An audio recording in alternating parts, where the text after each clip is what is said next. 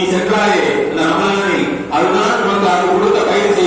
உனக்கு ஞாபகம் இல்லையா என்ற ஒரு உணர்வு, ஒரு அந்தரங்க உள் உணர்வு என்னை தூண்ட வேண்டும். நான் எதை பார்க்க கூடாதோ அதிலிருந்து நான் விலகுவது.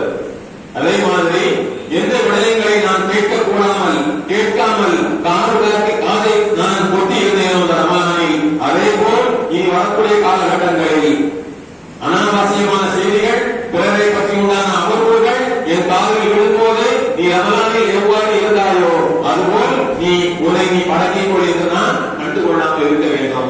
அதே போல் என்னுடைய உள்ளம் என் கண் முன்னே தீமையான விடயங்கள் நடக்கும்போது அதை இந்த ரமலானில் நான் கண்டு அல்லாஹ் எனக்கு 70 மடங்கு கூலியை தருவான் என்ற உள் வேட்கையுடன் அதை நான் எவ்வாறு தடுத்தேனோ, அதை நான் எவ்வாறு தடுப்பதற்காக கூறினேனோ, எவ்வாறு நான் அதை விட்டு விழுத்து ஒதுங்கினேனோ, அதே மாதிரியான எண்ணங்கள் இந்த ரமலான் கடந்த பின்னாலும் என்னோடு வர வேண்டும். அதுதான் நபி ஸல்லல்லாஹு அலைஹி வஸல்லம் அவர்கள் கூறுகிறார்கள், அஸ்ஸௌமுல் ஜுன்னா, நோன்பு என்பது பாதுகாப்பு கேடயம். நோன்பு என்பது பாதுகாப்பு கேடயம். இதுல அஸ்ஸௌமுல் ஜன்னா அப்படிங்கிறது நோன்பு என்பது சுவனம் சொல்லுவாங்க. ஆனா இங்க அஸ்ஸௌமுல் ஜுன்னா அல்லாஹ் சொல்றாங்க, ரசூலுல்லாஹ் சொல்றாங்க அஸ்ஸௌமுல் ஜுன்னான்ற வாசகத்தை பிரயோகிக்கிறாங்க. நோன்பு என்பது கேடயம். நோன்பு எவ்வாறு கேடயம்? நோன்பு எவ்வாறு கேடயம்?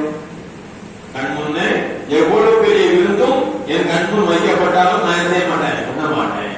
அது நோன்பு செய்யணும் தடுக்கும். அப்போ இந்த தடுக்கக்கூடிய இந்த உள் உணர்வு அப்படிங்கிறது இங்க இருக்கக்கூடிய இளைஞர்களுக்கு வர வேண்டும். அதை நான் போட்டியப்படுத்த வேண்டும். அது எனக்கு வர வேண்டும். அது நம்மை உள்ள ஒவ்வொருவரும் நம்மை சார்ந்த நமது குழந்தைகளை, என் வீட்டு குழந்தைகளை, உங்கள் வீட்டு குழந்தைகளை, என் வீட்டில் உள்ள இளைஞர்களை, உங்கள் வீட்டில் உள்ள இளைஞர்களை இதன்பால் அவர்களை ஈர்க்க வேண்டும். இதன்பால் அவர்களை நன்மாராயம் கூடி நல்புதேசம் செய்ய வேண்டும். இன்னும் அவர்களை நாம் ஒருங்கிணைக்க இங்கே கடமைப்பட்டுள்ளோம். ஆக இந்த ரமலான் என்பது நமக்கு நம்மிடையே வெறுமனே பசியை கொண்டும் பட்டினியை கொண்டும் தாகத்தை கொண்டும் வெறுமனே சடங்கிற்காக அல்லாமல் இறைவனுக்காக என்று கொள்ளக்கூடிய இரவு பொருள்களை விட்டும் நம்மளை குழந்தைகளை விட்டு சென்றுவிடக் கூடாது.